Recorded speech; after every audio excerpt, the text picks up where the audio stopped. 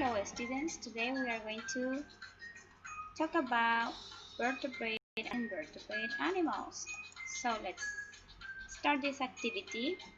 Let's classify the following pictures. Some of them are vertebrate and some others are invertebrate.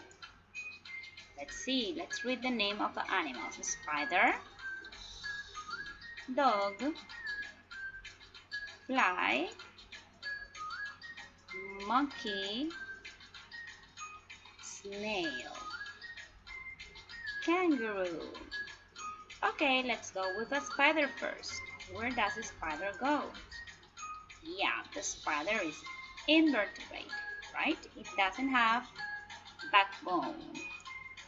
The dog, yeah, the dog is vertebrate. Very good, kids. Fly, very good. Invertebrate, what do you think the monkey is? Very good, vertebrate. What about the snail? Do you think the snail is vertebrate or invertebrate? Very good job. It is invertebrate, but it is covered by a hard shell, right? And the last one is a kangaroo. What about that? Yeah, it is vertebrate. So that is what you have to do in your worksheet today. You have to classify these pictures in the correct way. Great job, kids. Excellent. Thank you very much.